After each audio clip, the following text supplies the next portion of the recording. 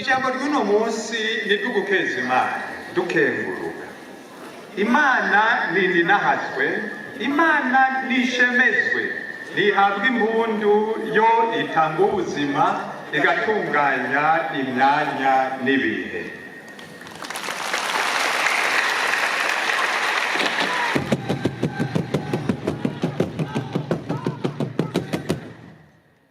Nihimbazwe yo itunganiriza abayo ikabarema mu muryango w'abana bayo, niyo yategekanije indinganizo ya Ekleziya n'igisata cayo kiri mu Burundi, niyo yatunganije na diocese ya Bubanza, ubu ikaba iriko irarimbanya imyaka 45. Iyo yadukoranije hano uno munsi muri runo rubanza, ikaturema mu magara make yacu, ikadushinga ubutumwa turangura, tumenya kwitwama hafi, ikadukomeza kugira ngo ishaka ryayo ribandanye ritera imbere. Muzomenye ukuri, maze uko kuri kubagire abidegenza. Iryo niryo jambo ryo mu nkuru nziza ya Yohani nashimye ko ryo kwama ritumurikira. Igihe Papa Francisco yariko aripfuriza umwaka mwiza abaserukira ibihugu byabo ku kirimba ca Papa i Roma, ari kw'igenekerezo rya 9 ukwezi kwa mbere muri uyu mwaka w'ibihumbi 2025, yasavye abaserukira ibihugu byabo kuba abantu bagenzwa n'umwizero kandi bakawutana. Yaciye ashikiriza umwitwarariko afise ujanye n'ubukene bw'ikintu citwa ukuri.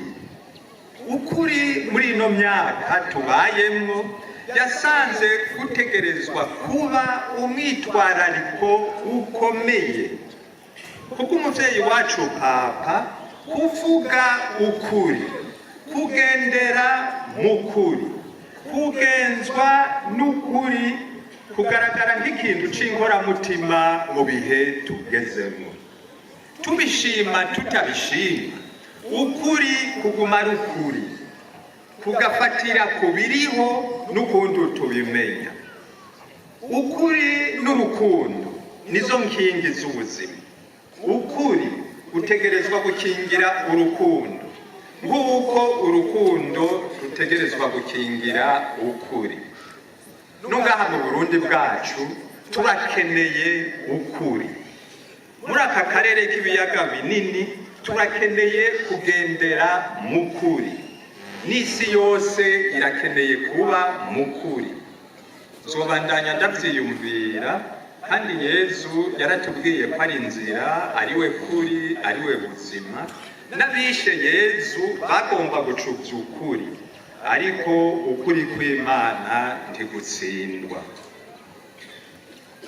Niho ngishika tukuri muri ino diocese, nzokenera kubanza kumenya amaparuwase n'ubutumwa butandukanye burangurirwa muri diocese. Aya mezi 2 ya mbere yoba ayo kugendera amaparuwasi, kuganira n'abasaserdoti n'abandi bashinzwe ubutumwa butandukanye muri diocese. Ntibizoba ari visite kanonike ko butunganijwe mu mategeko ya Ekleziya, ariko mu ndinganizo umuryango w'abana b'Imana ni vyiza kumenyana, kuganira.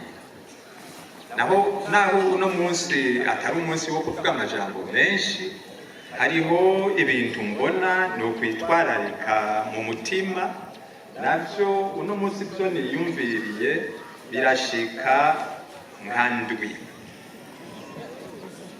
Icambere kuremesha ibanga ry'ubusaserdoti. Abasaserdoti ni kirumara mu muryango w'abakristo.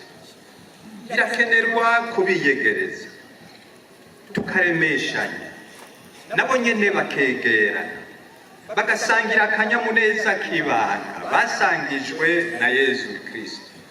Ni vyiza ko bizerana, bakengengana bakaremesha urugendo rusangi bari kumwe n'abana b'Imana bagize umuryango wa Ekleziya. Ica kabiri, guhimbarwa n'ibanga ryo kwihebera Imana. Abihebeye Imana ni itunga rihambaye muri Ekleziya. Imiryango itandukanye y'ababikira iriho muri iyi diyoseze nayo nyene iguma ikeneye kurema. Imiryango y'abihebeye Imana y'abagabo iri kurushi. Tuzobandanya dusaba Imana ngo imurikire diyoseze ku bijanye n'abo bihebeye Imana. Kuremesha ingo n'imiryango, ico ni ca gatatu. Kuremesha ingo n'imiryango ni naco civugo diyoseze ya Bubanza yari yashimye kubakirako uno mwaka.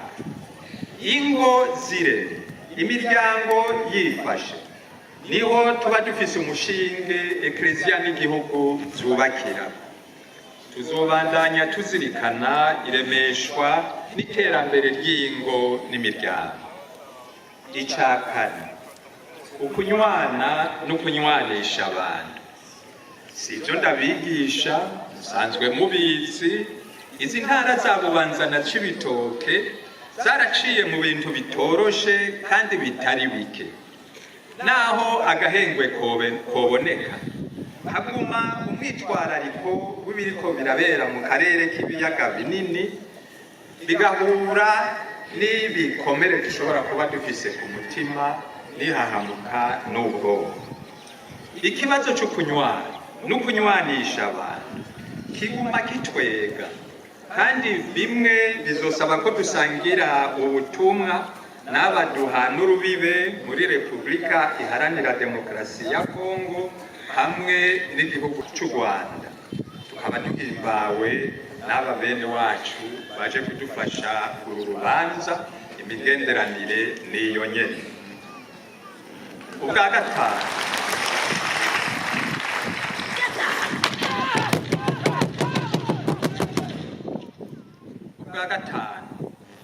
umuryango wisuganya mu biwutunga bikawuteza imbere. Icerekezo c'uwo mwitwarariko abasaserdoti n'umwepiskopi yarahagarariye Papa mwaracicariye mu mwaka w'ibihumbi 2023, maze kuwa 29 mu Kakaro ibihumbi 2023 umwepiskopi arashinga indinganizo y'ukuntu paruwase yose yo kwisuganya ifatiye kuzifise kandi igafatikanya n'abakristo barayike usanga bafise n'ubuhinga butandukanye, buryo paruwase yose ikagira ubutwari mu migambi no mu bikorwa by'iterambere, kuko ibyo kwaye amaboko tuganira abanyamahanga bikwiye kugenda bigabanuka mu gihe ububangutsi n'ubukerebusi bwacu bwogenda burema. Hariho ivyo paruwase na diyoseze bitokwishoboza, niko bigakenerwa ko tubandanya twiyumvirira hamwe icokorwa kugira ngo abashinzwe ubutumwa bashobore kwiyunguruza, abasaserdoti nabo basangiye ubutumwa babandanye bakarisha ubwenge. Eka ibikenewe ni byinshi, n'intumwa ya Papa bimwe bimwe yabisize ahabona. Umugambi w'isengero nkuru katedrale ya diyoseze urashobora kuranguka, murabizi, kugira ngo uhere. Umwitwarariko wo kusubirako urashikirizwa n'abantu batari bake. Birakenewe rero ko dusubira kuwicarira kugira ngo turabe icokorwa, kandi abalayike mufise ubuhinga muri ibi na biriya mu buryo ubu na buriya, mutabaranye tuje kugira. Iyindi migambi iriko irarangurwa ariko ntirahera, kandi numvise atari mike, irakwiye gusubira gusuzumwa kugira ngo irangurwa ryayo ritere imbere. Uwo mutima w'umwete w'iterambere mu mice yose y'ubuzima bw'umuntu nibo twokwitwararika muri diyoseze yacu, ku bijanye n'abantu bose, ingo n'imiryango, amashirahamwe, amashure, reka n'ibindi izana akarusho mu kubaho kw'abantu. Ica gatandatu, Imana ni imwe ariko abayemera bakaba kwinshi. Mu kiganiro caremeshejwe kuri televiziyo y'igihugu cacu igenekerezo rya gatatu Ntwarante umwaka w'ibihumbi 2022 citwa ugusenga birafasha mu iterambere ry'igihugu, wararemesheje ico kiganiro yameshesheje ico gihe amashengero yemejwe n'iteka ry'ubushikiranganji mu byo bushinzwe harimwo intwaro yo hagati ari nabwo ukurikirana ibijanye n'amadini n'amashengero. Yavuze ko rero ayo mashengero n'amadini ico gihe yashika ku gitigiri c'768. Usubira gutohoza neza yosanga ico gitigiri cariyongereye, kandi uko kwiyongera kw'igitigiri c'amadini n'amashengero kwaragaragaye cane muri ino myaka 25 yayo. Nongaha muri ino diyoseze yacu ya Bubanza narumvise ko amadini n'amashengero ari batari make mu bumwe bw'abana b'Imana. Tuzobandanya turabira hamwe ukuntu ukwemera Imana yobandanya riba isoko ry'ubumwe, y'ugufatikanya umubano n'umwiterambere, y'ukurabira hamwe ukundi imigenzo myiza no kubabarana cane cane ku bakene n'abandi baruhijwe n'ubuzima kubera imvo zitandukanye zobandanya bitera imbere. Kubitwerekeye abakatolika mu 1983 ibiro bikuru by'abepiskopi byaratohoje biraba iki kibazo c'amadini, niho baciye bandika udutabo tubiri twerekana ayo madini yari ico gihe ayariyo n'imigenderanire yategezwa kuranga ukuntu dukorana na Eklezia Katolika dukurikije amategeko yacu. Hari agatabo kamwe banditse kitwa ukwemera kwacu kerekana neza ibintu nyamukuru dushingirako mu kwemera kw'abakatolika. Akandi nako bakwise ngo Imana ni imwe ariko abayemera bakaba kwinshi. Ako nako kakaba kerekana ukuntu bamwe dufise ibyo twemera bimwe n'ibidutandukanya, abandi bitagaragara neza. Twibaza yuko tuzobandanya turaba ukuntu ukwemera kwacu ubandanya gukomera, gutera imbere, gutomokerwa, kwigishwa mu gihe tubandanya tugira n'imigenderanire myiza n'ayandi madini. Ubwindi indinganizo y'inzego za diyoseze. Imbere yuko ndangiza hariho indinganizo y'ubuzima bwa diyoseze ya Bujumbura ntoreka guca n'intama. Naho ariho ngishika ntaramenya ikintu neza, ubuzima bwa diyoseze bwo buguma bubandanya. Hariho rero inzego zitegerezwa kuba ziriko zirarangura amabanga akenewe mu muryango w'abakristu. Nabivuze ngitangura muri izo ndwi nziza nagomba nze ngendere amaparuwasi ganira n'abasaserdoti n'abakristu bamwe bamwe kugira ngo ntangure gusobanukirwa n'ubuzima bw'umuryango wa diyoseze. Ico gikorwa gitunganye tuzoheza duce turabira hamwe n'abo vyega gishirwaho z'inzego zose zitegekanijwe n'amategeko hamwe n'indinganizo ya Eklezia Katolika. Ko ubuzima butegerezwa kuguma bubandanya muri diyoseze rero hariho inzego ivyo arivyo vyose zitegerezwa kuba ziri ku kivi, ari naco gituma nshinze ko gushika habonetse izindi ndinganizo. Inzego zikurikira zibandanya ziyobowe n'abakurikira bari bamenyereye, bari bazi aho bigeze. Vicaire General icegera ca Musenyeri ni Musenyeri Theogene Mugubu.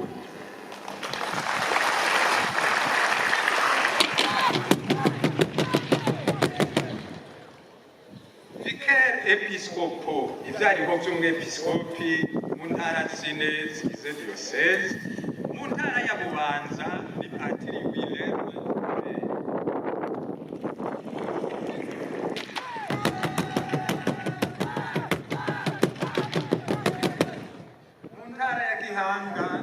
Patiri Liboire Sayengo.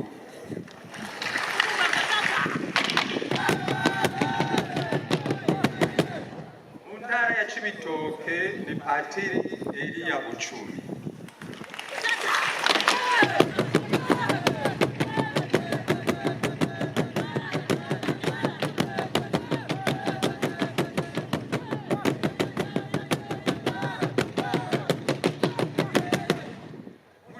Mabayi ni Patiri Romain Ndihokubwayi.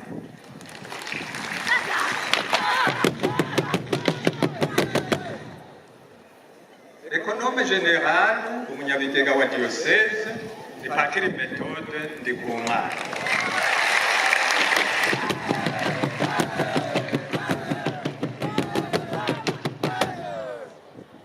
Chancelier ashinzwe kwegeranya ibijanye n'amabanga y'ivya diocese ni Patiri Yosefu Butoyi.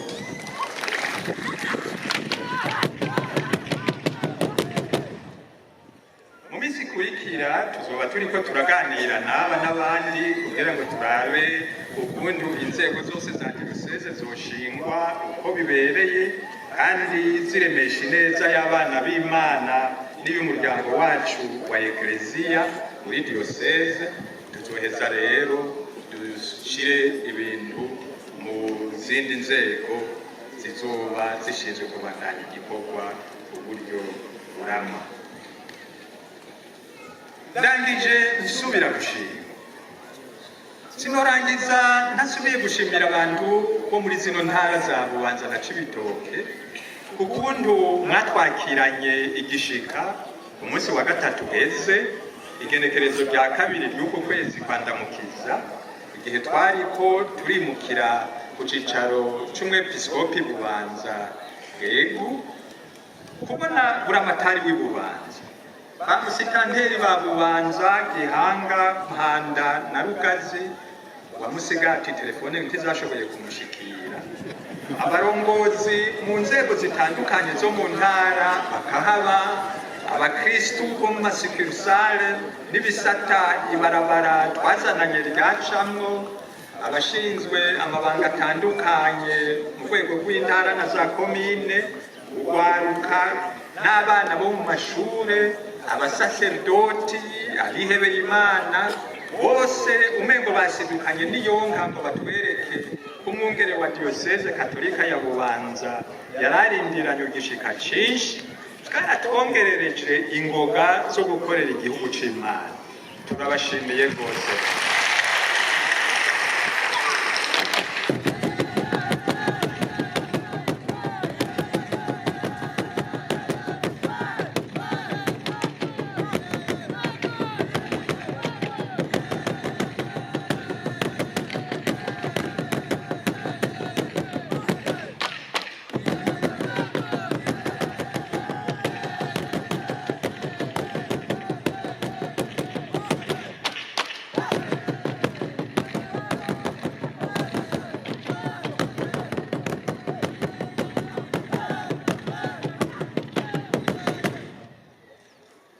Ndakengurukiye kandi namwebwe mwese mwitavye urubanza, urabo mu muryango mvukamwo, urabavukanyi bene Dominiko bababikira n'abafurera, urabagenzi n'abakristu twari dusangiye ubutumwa mu muryango w'abakristu Bujumbura, uri abagenzi batandukanye basangiye ikivi n'ivyiyumviro muri ibi na biriya mubanga twagiye turashingwa.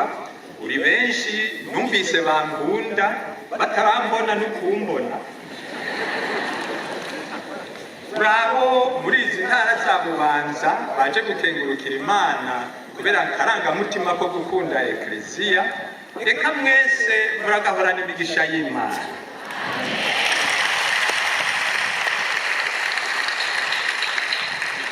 Nkuko nari nabibabwiye igihe naca ino mu kwezi guheze, icyo nguma ndabipfuriza mwese n'amahoro. Umwe wese agira amahoro mu mutima, agira amahoro mu mutwe, agira amahoro mu nda.